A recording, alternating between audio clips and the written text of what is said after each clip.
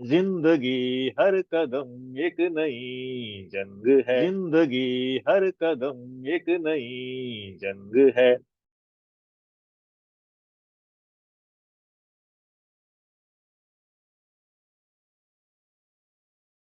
Hello, viewers.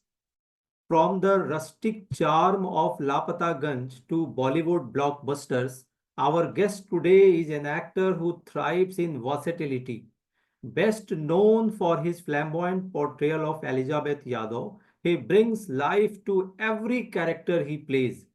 A National School of Drama alumnus, his theatre roots shine in his captivating performances. जी हाँ, with memorable roles in Genie Come and Mission Mangal, he continues to redefine entertainment. बिल्कुल सही सुन रहे हैं जो भी मैं कह रहा हूँ. A true chameleon of the screen is an artist who leaves an indelible mark. So बिना देरी किए, let's welcome actor Krishna Bhatt जी.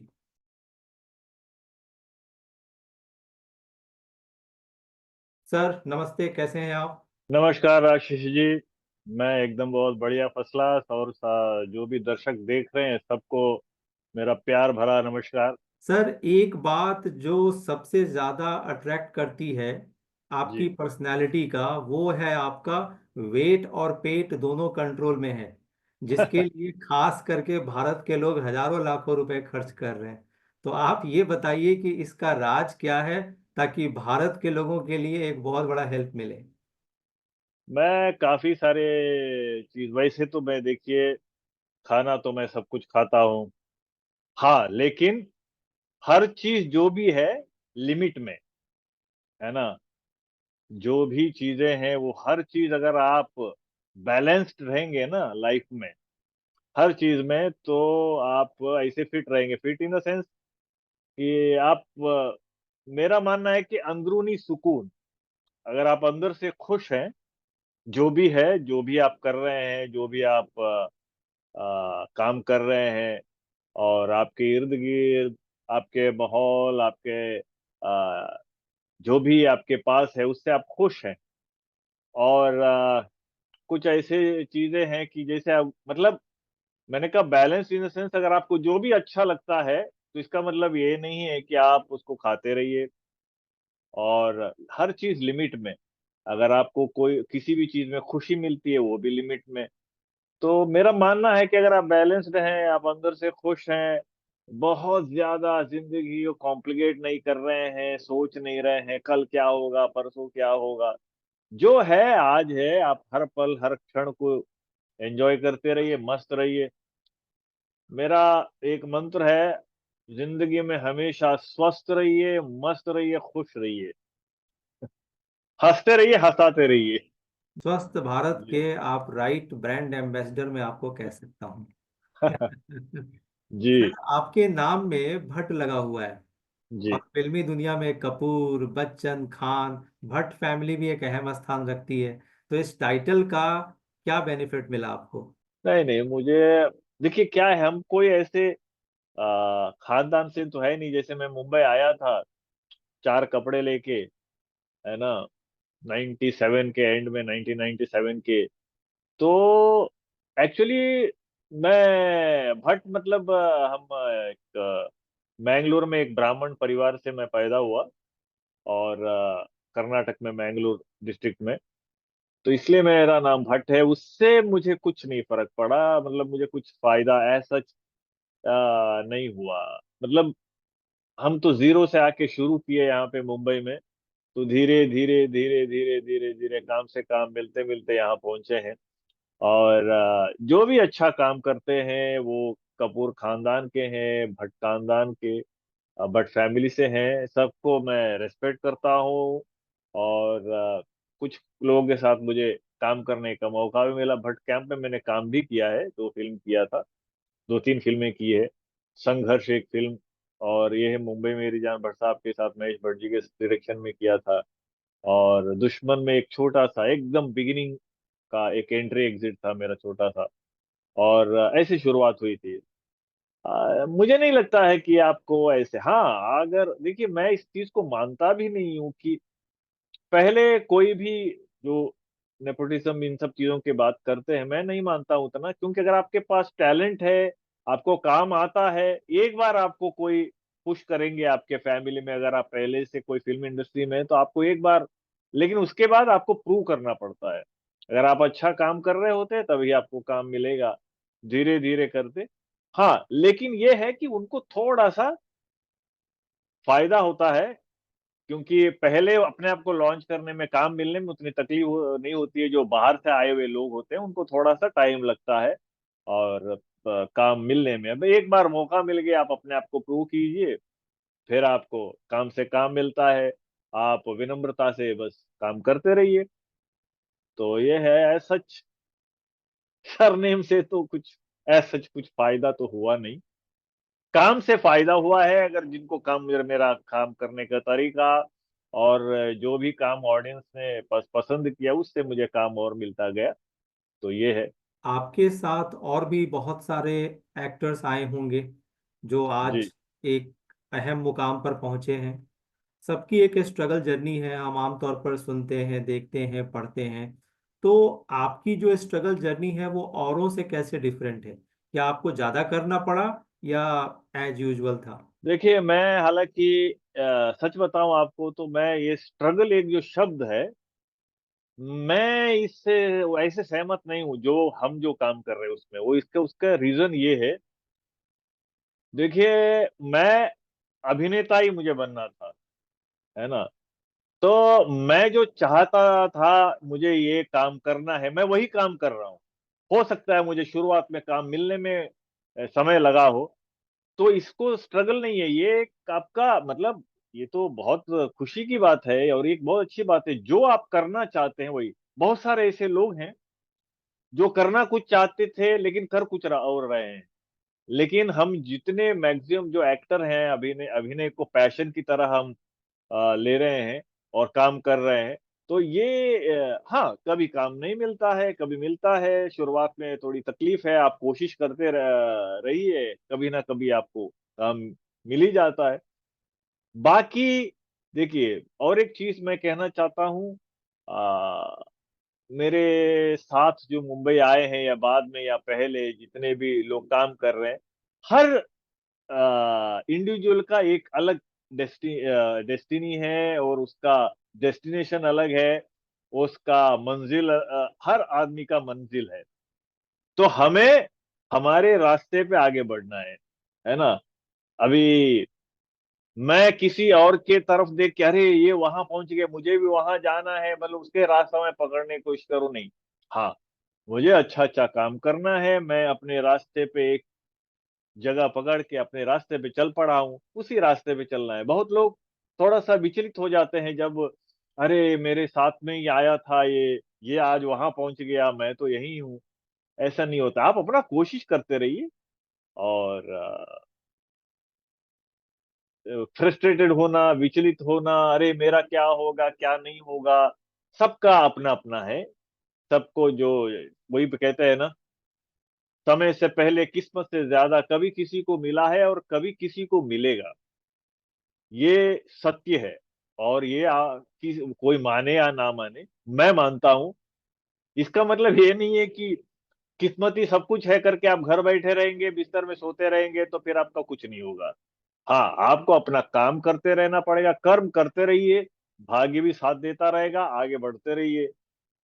नहीं तो आज की तारीख में सब लोग जो आजकल एक मुकाम हासिल किए हैं, सब लोग वहां पहुंच जाते, सब लोग मेहनत कर रहे हैं। तो सबका अपना अपना है, सबके जो है ना मंजिल है, जो भी जहां तक पहुंचते हैं, वो सबका अपना अपना रास्ता है। तो इसमें बहुत ज्यादा सोचने की या उसकी जरूरत नहीं है, बड़ा सिंपल मैथमेटिक्स है।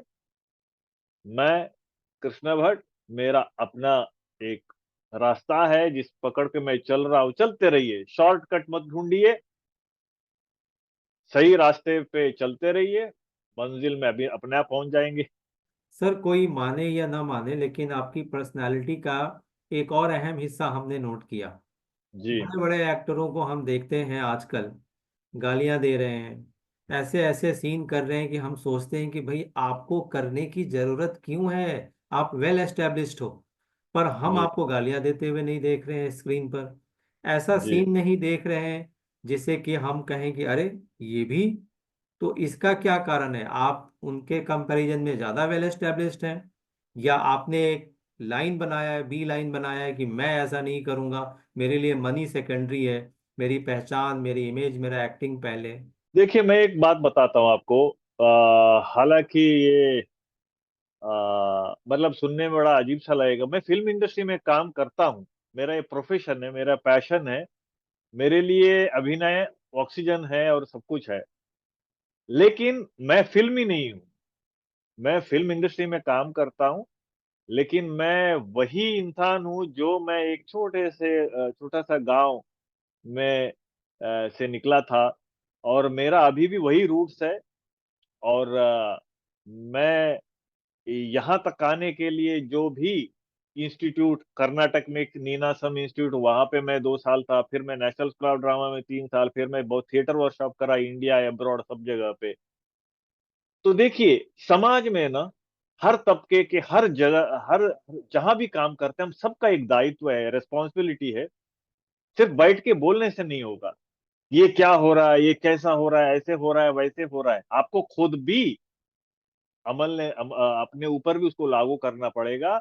और वैसे सोचना पड़ेगा, काम करना पड़ेगा। तो ये मेरा पहले से ही सोच है। मैं ये कभी कमेंट नहीं करता हूँ, जो कर रहे हैं वो सही कर रहे हैं, गलत कर रहे हैं, वो उनका सोच है। जो कर रहे हैं करने दीजिए। जब उनको लगेगा कि नहीं भाई, मुझे शायद नहीं करना चाहिए, तो बंद कर देंगे। ऐसे बहुत सारे एक्टर हैं अभी कहते हैं कि अब मैं नहीं करूंगा इस तरह के जो भी काम जो है, क्या कहते हैं उसको आप, वल्गैरिटी कहिए, गाली गलौज देना हो, जो भी है ना, स्क्रीन को स्पेशली ओटीटी के आने के बाद शुरू हुआ एक तरह से ज्यादा ही। सर देखिए वो आज की, आपके साथी कलाकार हैं, एज ए गुड फ्रेंड आप उनको समझाते नहीं कि ये क्या कर रहे हो आप लोग? नहीं नहीं, देखिए क्या है, ये सबके, मैं ये मानता हूं सबको मालूम है। ऐसा नहीं है कि नहीं मालूम है। इसीलिए मैंने कहा कि कभी कभी क्या होता है, आजकल देखिए एक नई चीज शुरू हो चुकी है, काफी समय हो गया अभी, कि पॉजिटिव पब्लिसिटी से नेगेटिव पब्लिसिटी। आप कुछ ऐसी चीजें कर दीजिए, आप लाइमलाइट में आ जाते हो जल्दी, है ना। तो चार लोग आपके ऊपर सवाल पूछेंगे और ट्रोल करेंगे, या जो भी है सोशल मीडिया पे, इस तरह के बहुत सारी चीजें हैं। लेकिन मैं नहीं मानता हूँ। मैं बहुत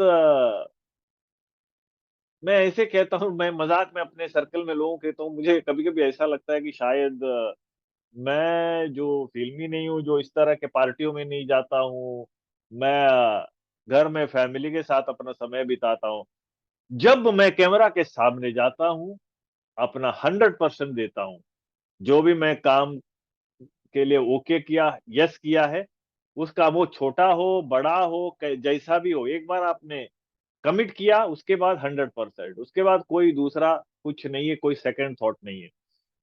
तो मेरा मानना है कि देखिए, मैं किसी को सब मैच्योर्ड है, सब लोगों को मालूम है, सब कुछ पता है। तो मेरे कहने से या समझाने से ये, उसमें कुछ फर्क नहीं पड़ेगा। वो उनका सोच है, जो कर रहे हैं करने दीजिए, जिनको लगेगा कि ये। और दूसरी बात है कि हम एक बहुत गलत सोचते हैं कि ऑडियंस ये चाहती है, या ऑडियंस को ये चाहिए, इसलिए हम वो कर रहे हैं। नहीं, ऐसा नहीं है। आप कितने आजकल ऐसे कंटेंट आप देख रहे हैं ओटीटी पे। मैं हर बार एग्जांपल देता हूँ, गुल्लक, गुटरुगु हो, या पंचायत, आपने लापतागंज का जिक्र किया ही हमने टीवी में, मालगुडी डेज, ऐसे बहुत सारे, ये तो मैंने कुछ चंद नाम लिए आपको। ऐसे फिल्में बनती है, बहुत खूबसूरत फिल्में। ऐसा नहीं है कि ऑडियंस, अच्छी फिल्म है और लोग रिलेट कर पाते हैं, अच्छा अरे ये तो हमारे रोजमर्रा की जिंदगी से ये लिया हुआ चीज है, तो लोग देखते हैं।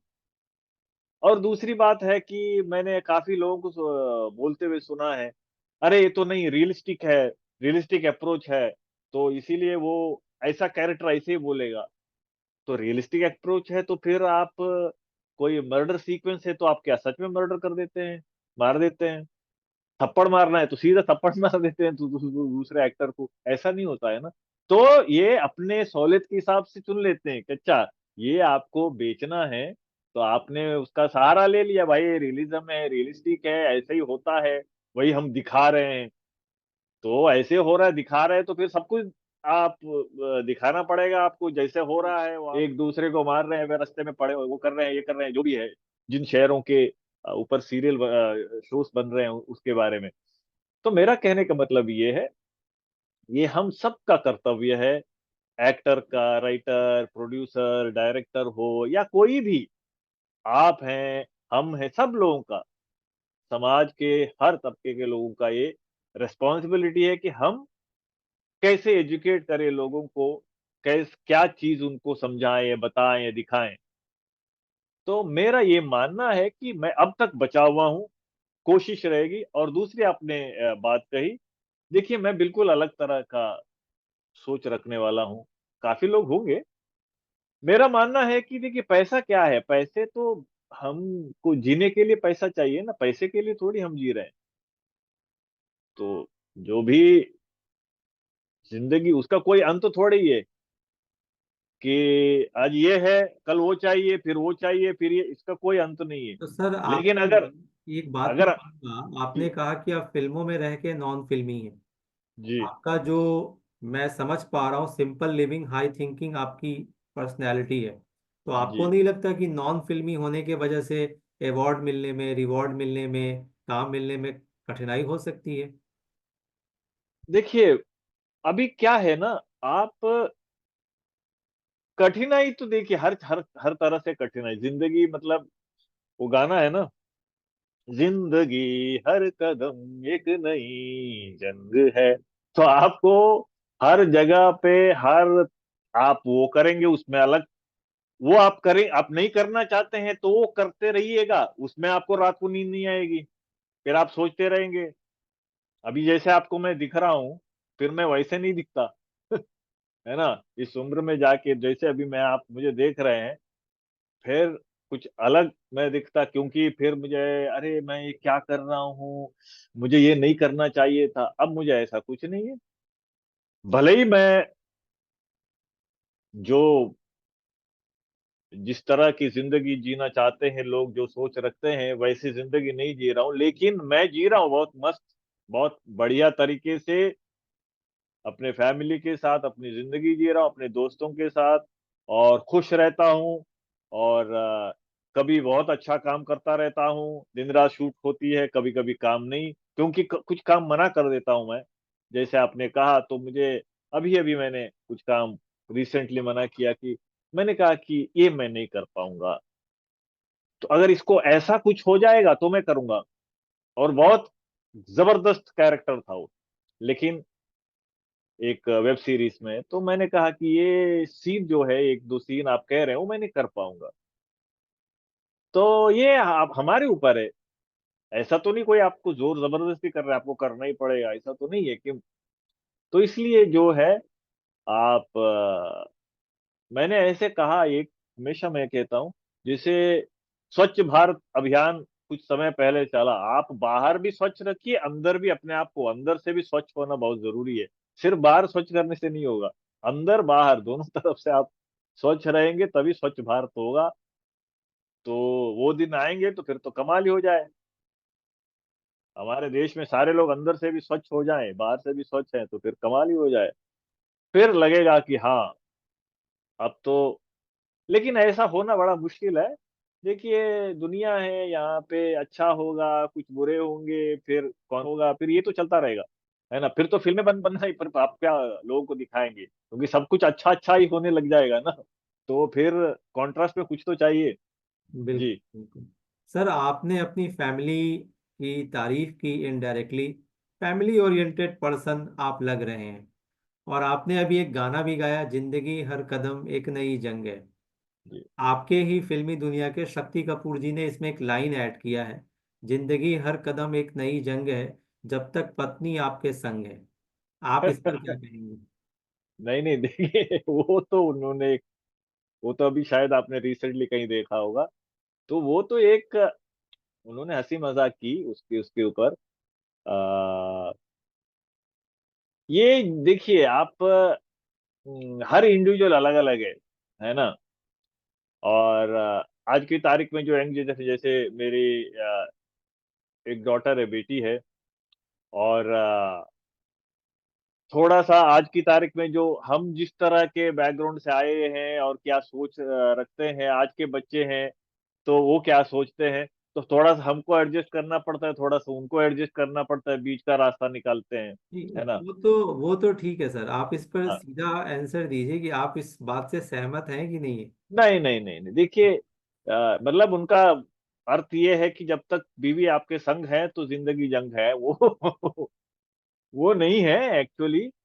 मैं आपको एक बात बताता हूँ।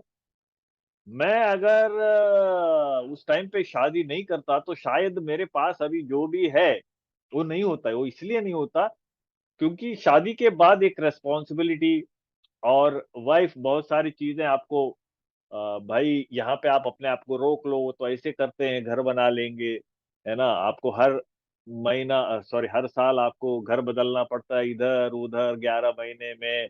तो रेंट के घर में मैं शादी से पहले रहता था, उसके बाद मैंने घर लिया।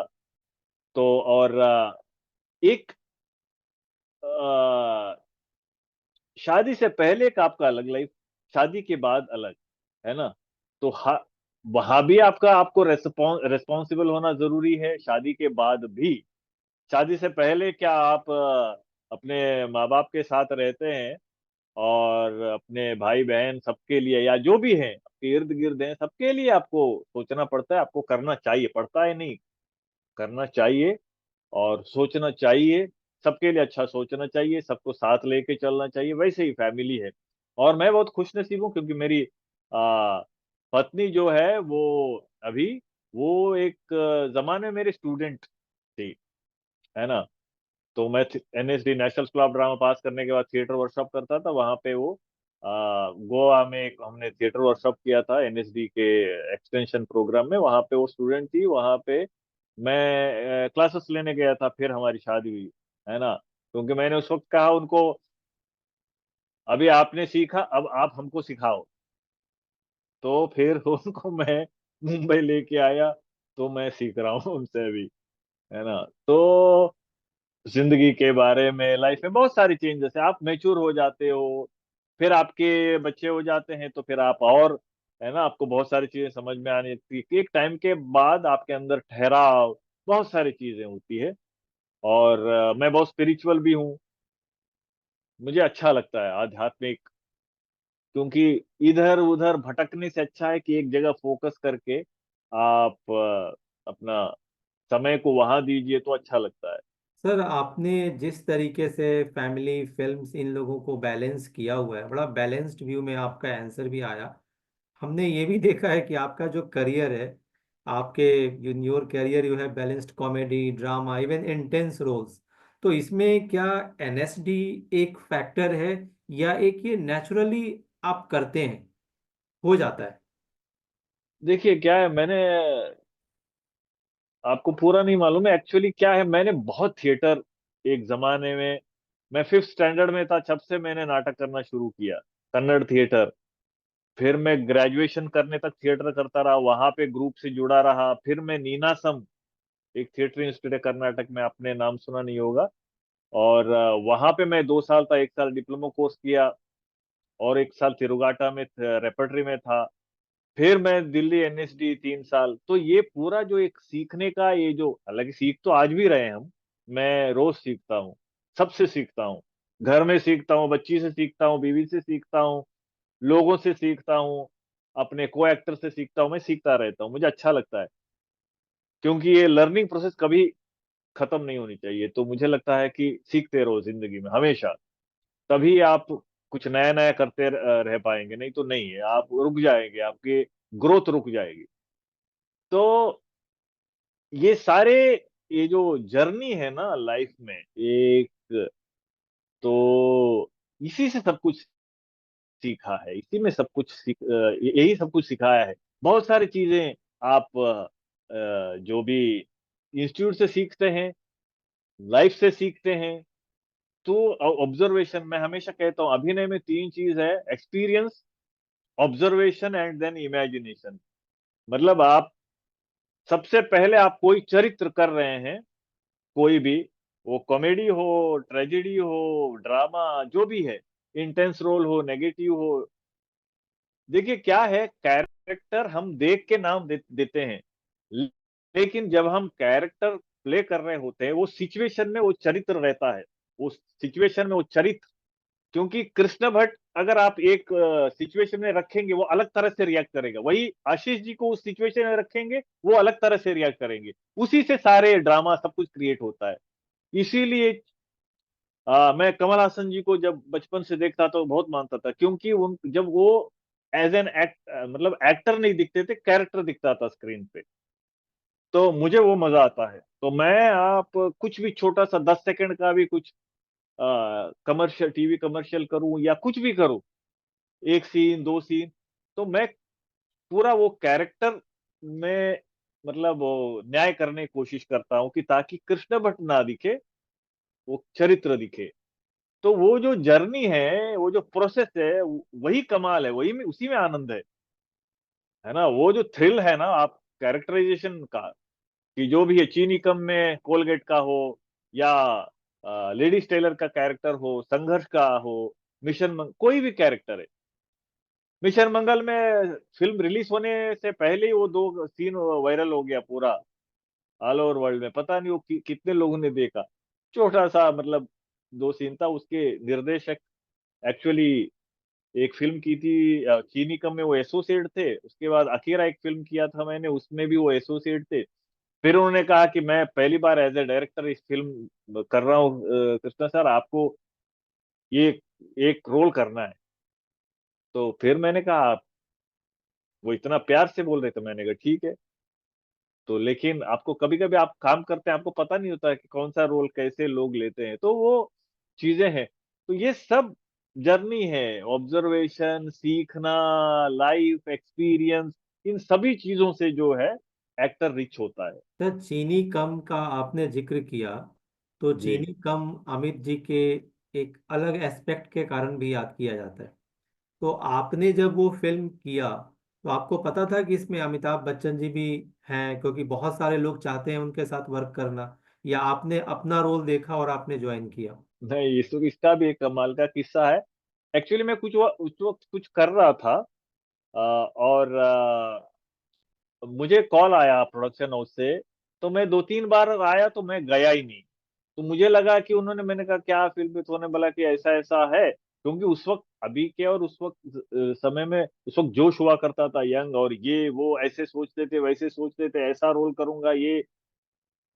तो मैं 2-3 बार गया ही नहीं। मुझे लगा बच्चन साहब हैं, मुझे मालूम था बच्चन साहब हैं, तब्बू जी हैं और परेश रावल जी हैं। तो मैंने कहा फिर क्या करने को मिलेगा, कुछ होगा नहीं शायद। तो फिर जब फोर्थ टाइम आया मुझे कॉल, तो मुझे लगा कुछ तो है। तो मैंने कहा मैं आता हूँ। फिर मैं नेक्स्ट डे मैं गया, और उन्होंने बोला कि एक हमको छोटा सा आपका ऑडिशन लेना है, क्योंकि फिर वो डायरेक्टर साहब आए, बाल्की सर, उन्होंने बोला कि हम इस कैरेक्टर के लिए बहुत ऑडिशन साउथ में जाके लिए थे, कोलगेट के लिए, क्योंकि हम क्या ऐसे कुछ लुक चाहिए था, किसी का लुक आता था, जो परफॉर्मेंस चाहिए हमको वो नहीं मिल रहा था। ऐसे कैसे करके अभी 100-150 लोगों को ऑडिशन दे चुके थे उस कैरेक्टर के लिए वो। तो फिर उन्होंने कहा कि आ, तो मैं तो ऐसा, मतलब वो जो लुक चाहिए था वैसा नहीं था, कि एकदम डार्क और दांत ऐसे बाहर निकला हुआ, उनको उस तरह से कुछ उन्होंने विजुअलाइज किया हुआ था कैरेक्टर को। बट एनीवे, तो फिर मेरे को सीन दिया। तो वो दूर खड़े हुए थे, तो मैंने वो सीन परफॉर्म कर रहा था, कोई शूट कर रहे थे उसको उस वक्त, ऑडिशन ले रहे थे, तो दूर खड़े होके देख रहे थे। तो मैंने सीन किया, वही वो जो हैदराबादी ज़ेफरेनी पुलेव, वो लेके मैं किचन में आता हूँ, वो वाला सीन कर रहे थे। जैसे ही सीन खत्म हो गया, उन्होंने बोला कि हमको हमारा कोलगेट मिल गया। टेक्निकल बात कर रहे थे कि यहाँ पे डेंटिस्ट इधर वो करेंगे। तो मैंने कहा कि सर, आर्टिफिशियल यहाँ लगाने से इसी में हो जाएगा तो अच्छा मजा आएगा। बोले कि आप मेंटेन कर सकते हैं पूरी फिल्म। मैंने कहा हाँ। फिर मैंने उनको करके भी दिखाया उसी वक्त। वो बोल रही है, हैदराबादी ज़ेफरेनी पुलेव मीठे ही। तो इस तरह से हुआ, और फिर हमने शूट किया 10 दिन बच्चन साहब के साथ। बहुत बेहतरीन एक्सपीरियंस रहा, खूब अप्रिशिएट किए। मतलब आपको तो मालूम ही है, बच्चन साहब हैं क्यों हैं। तो हमको 10 दिन में समझ में आ गया कि प्रोफेशनल, बहुत अपने काम के प्रति, और है ना, सीखने को बहुत कुछ है उनसे। तो क्या है, कभी कभी फिल्म इंडस्ट्री में ना मजा आता है जब आप जैसे सोचते हैं जिंदगी के बारे में, ऐसे आपको कोई डायरेक्टर मिल जाए, एकदम डाउन टू अर्थ, ऐसे हंसते खेलते काम हो जाए, मजा आता है। मतलब आपको लगता है अरे यार, ये बिल्कुल हमारे जैसे सोचते हैं। ऐसे कोई एक्टर मिल जाए आपके सामने एक्ट करने के लिए, तो मैक्सिमम है। और कभी कभी क्या होता है, लोगों को लगता है ये ग्लैमर है, चकाचौंध है, दूर से देखते हैं, अंदर तो हम लोग भी वही है ना, लोगों के बीच के ही लोग हैं। बिल्कुल। बस ये है कि हमारा प्रोफेशन है, हम्म, और हम उसको एंजॉय करते हैं, हम करते हैं, लोगों को एंटरटेन करते हैं। हम्म, और इससे पुण्य की बात क्या होगी कि आप इतने लोग परेशान रहते हैं दो वक्त की रोजी रोटी कमाने में, अगर उनके चेहरे पे अगर आप मुस्कुराहट ले ले आ पाए, तो हम्म। इससे अच्छी बात क्या हो सकती है। वही चीज हमको खुश रखती है, मतलब उसी से मैं खुश रहता हूँ। मुझे कोई रास्ते में मिलता है, अरे आपका वो देखा, बड़ा मजा आया सर, आप बहुत हंसाते हैं, बस हो गया। और क्या चाहिए लाइफ में। बस सर। वही हमारे लिए अवार्ड है। मैं आपको अभी अभी बताता हूँ, जी। वही हमारे लिए अवार्ड है, जो लोगों के अप्रिसिएशन है, जो लोग आपको प्यार करते हैं, मोहब्बत करते हैं। हाँ, फिल्म इंडस्ट्री में अगर आपको कोई अवार्ड मिलता है वो भी अच्छी बात है, लेकिन मेरे लिए सबसे ज्यादा इम्पोर्टेंट लोग आपको पसंद करे, प्यार करे, इज्जत दे, है ना, ये गिव एंड टेक है। तो उसमें मजा जो है वो अलग मजा है। सर, आपने आज खुद का एक अपना स्थान बना रखा है, आज दुनिया आपको देख के पहचानती है। आज के दौर में ऐसा होता है कि आप अभी भी किसी और को देखते हैं तो कहते हैं भाई मैंने आपको यहाँ पर देखा, कोई स्टार।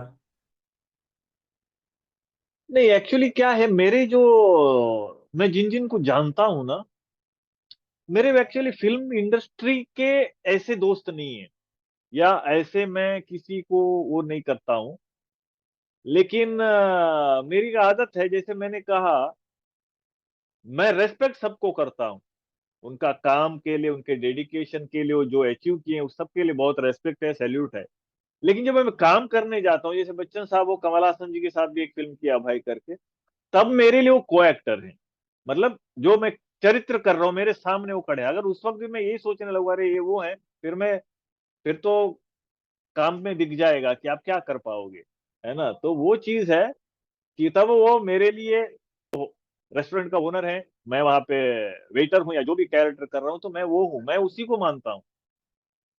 और दूसरी बात, मैं आपको ये कहना चाहता हूँ कि मैं जो भी काम देखता हूँ, अगर उसमें मेरे सर्कल के कोई दोस्त लोग किए हैं, मेरे बैचमेट एनएसडी के, या कोई भी हो, मुझे बहुत अच्छा लगा, मैं तुरंत कॉल करता हूँ, यार मजा आ गया यार, काम देख के बड़ा अच्छा लगा, है ना। तो हम एक दूसरे को एनकरेज करते हैं, मोटिवेट करते हैं, क्योंकि यही चीज है कि आपको ताजा और आगे और अच्छा काम करने में मोटिवेट करता है।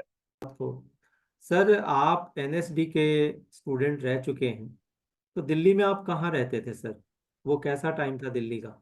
मंडी हाउस हमारा तो फिक्स है, अभी भी वहीं पे एनएस नेशनल क्लब रहा हूँ वहीं पे। अब काफी चेंज हो गया है कुछ वहाँ का सिस्टम वगैरह। हम्म। बाकी हम वो दो रोड को छोड़ के वकील लेन करके एक वहाँ पे हमारा बॉयज हॉस्टल हुआ करता था, वहाँ रहते थे बॉयज हॉस्टल में।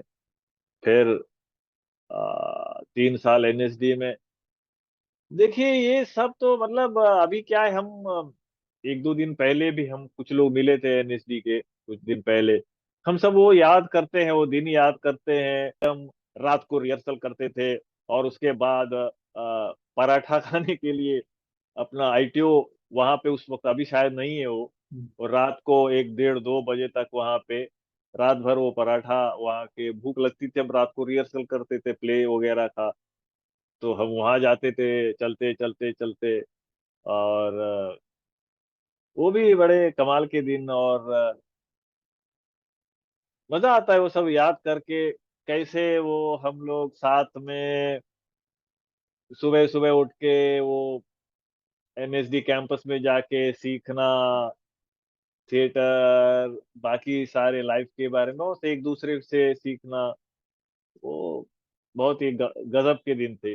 सर आपसे एक आखिरी सवाल, ऐसा कौन सा रोल है जो आपको लगता है कि अभी तक डायरेक्टर, प्रोड्यूसर, राइटर आपके पास लेकर के नहीं आए, आप करना चाहते हैं? जी क्या है, क्या होता है पता है, यहाँ पे एक सिस्टम है कि अगर आप ज्यादातर, जैसे मैंने ज्यादा कॉमेडी इसमें रोल में मुझे लोगों ने देखा है, तो एक बार अगर आपको ऐसे लगता है तो वही कास्ट करते रहते हैं, उसी तरह कैरेक्टर आपके पास आता है। कभी कभी कुछ काम मैंने किया होगा, हटके किया होगा,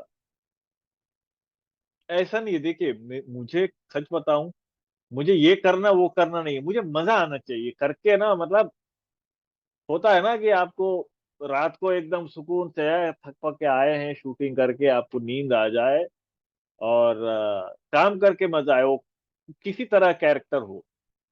और मेरा एक मानना है कि मैं हमेशा कहता हूँ, मैं ऐसा रोल करना पसंद करता हूँ या करता हूँ ज्यादातर, कि मुझे एक सीन, कभी कभी मैंने एक सीन का रोल भी किया है, दो सीन का भी किया है, तो मैं पूछता हूँ कि अगर इस कैरेक्टर को, इस रोल को वहां से हटा दिया जाए, उस फिल्म की कहानी में असर पड़ता है या नहीं।